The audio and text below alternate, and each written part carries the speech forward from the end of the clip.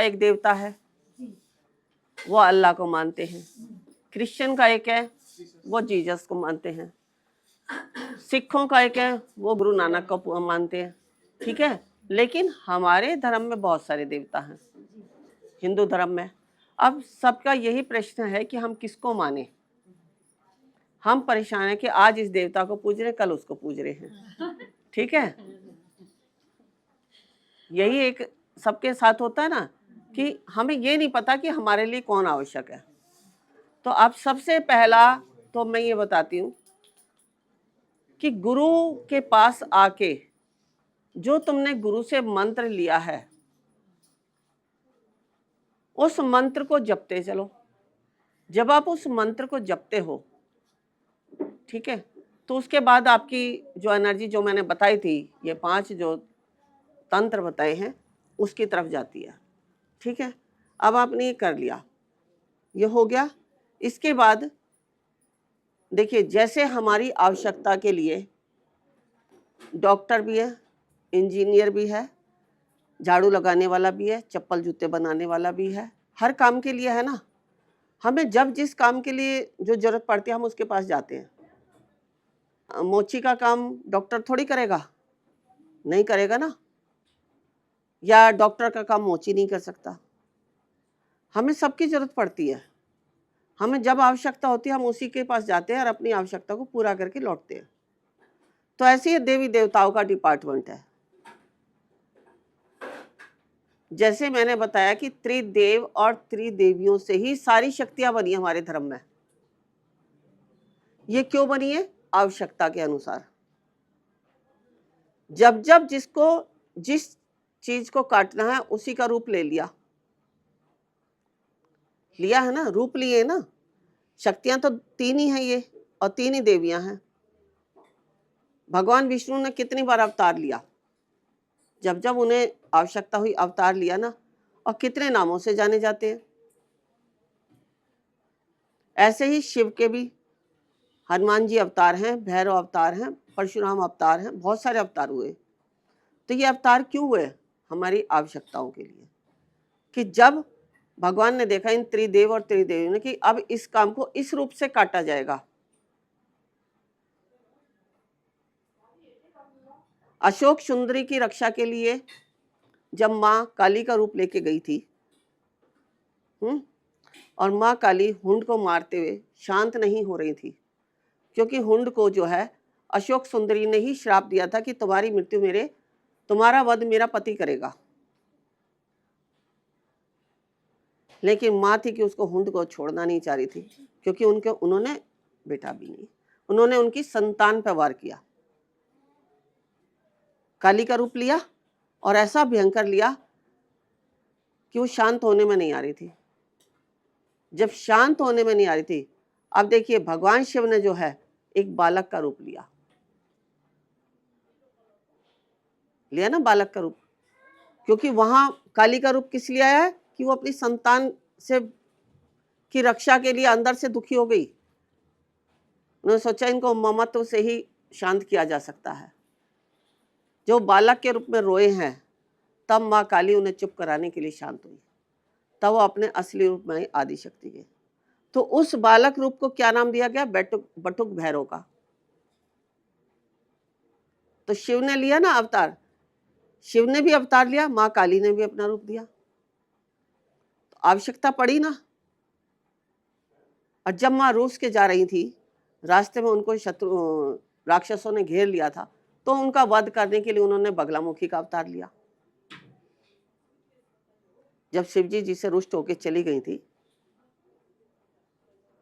तो उन्होंने बगलामुखी का अवतार लिया, यानी शत्रुओं का नाश करने के लिए। तो ऐसे हमारी आवश्यकताओं के अनुसार देवी और देवताओं ने अवतार लिया। ये त्रिदेव और त्रिदेवियां ही हैं जो अवतार लेते हैं। तो इन्होंने हमारी आवश्यकता के लिए लिया है। अब हमें ये संशय नहीं करना चाहिए कि हम किस देवता को माने, किसको नहीं। हमारी जब जिससे आवश्यकता होगी, जो हम गुरु की शरण में हैं, तो हमारी एनर्जी उसी देवता की तरफ ले जाएगी। कभी कभी आपने देखा है ना कि आप शिव का मंत्र जपते जपते एकदम विष्णु के मंत्र पे आ जाते हो, तो शिव का वैराग्य और शांति का काम है, और जो विष्णु का है वो पालनहार हैं, वो हर तरह से पालन करेंगे। तो तुम्हें जहाँ संपन्नता की जरूरत हुई, जहाँ तुम्हें अपने को कोई मिल जाए, कोई सहारा जो तुम्हारी सहायता कर दे, तो वहाँ विष्णु आ जाते हैं। कभी कभी तुम जपते जपते माता के मंत्र बोलने लग जाते हो, तो ये क्या है? ये गलत नहीं है। सही तो हमें गुरु ने दे दिया, बस मंत्र एक हो गया हमारा, लेकिन हमारी आवश्यकता है तो हम जगह जगह जाते हैं।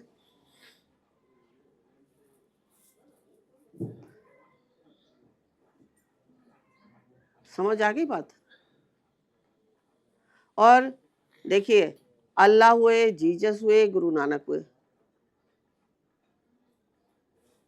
ये क्या है? ये महागुरुओं में आ जाते हैं।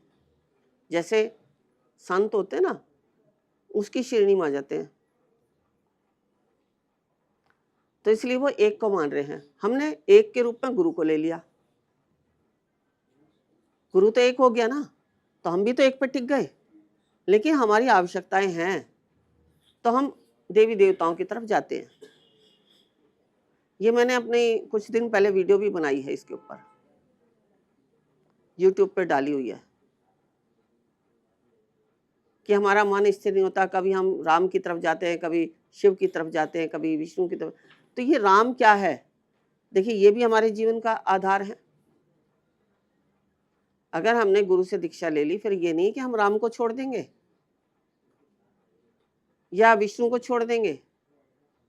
गुरु में भी तो तीनों देव हैं, ब्रह्मा विष्णु महेश, उन्हीं की शक्ति तो है। गुरु भी सारी आवश्यकताओं की तुम्हारी पूर्ति करता है। तो गुरु की एनर्जी ही तुम्हें ले जाती है कि अब तुम्हारी आवश्यकता यहां से पूरी होगी। राम क्या है?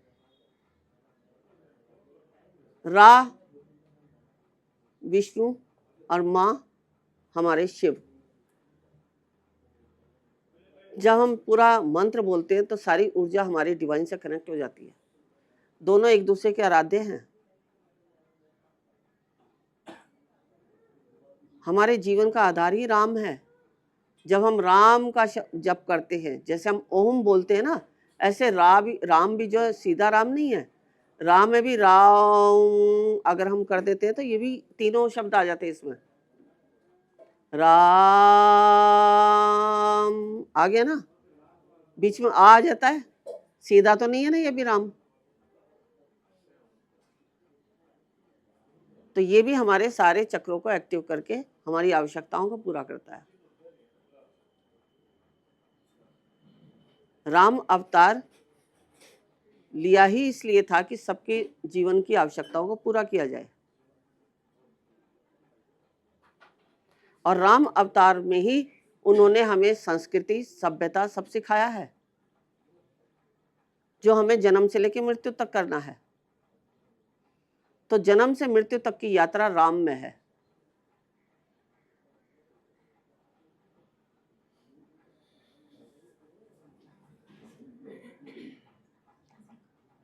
समझ आ गया? आप सब शांत है अब कि हमारे इतने सारे देवी देवता क्यों हैं?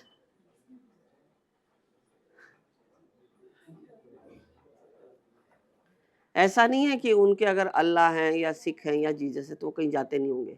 आवश्यकता उन्हें भी पड़ती है, वो भी इधर उधर जाते हैं।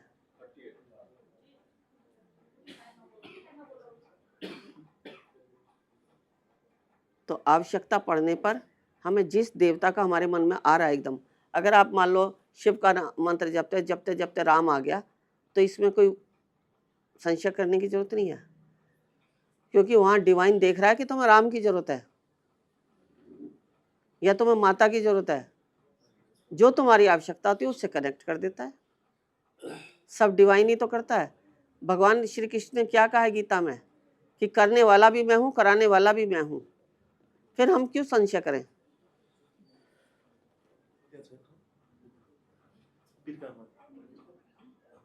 ये सभी लोगों का प्रश्न होता है, ये केवल एक का प्रश्न नहीं है।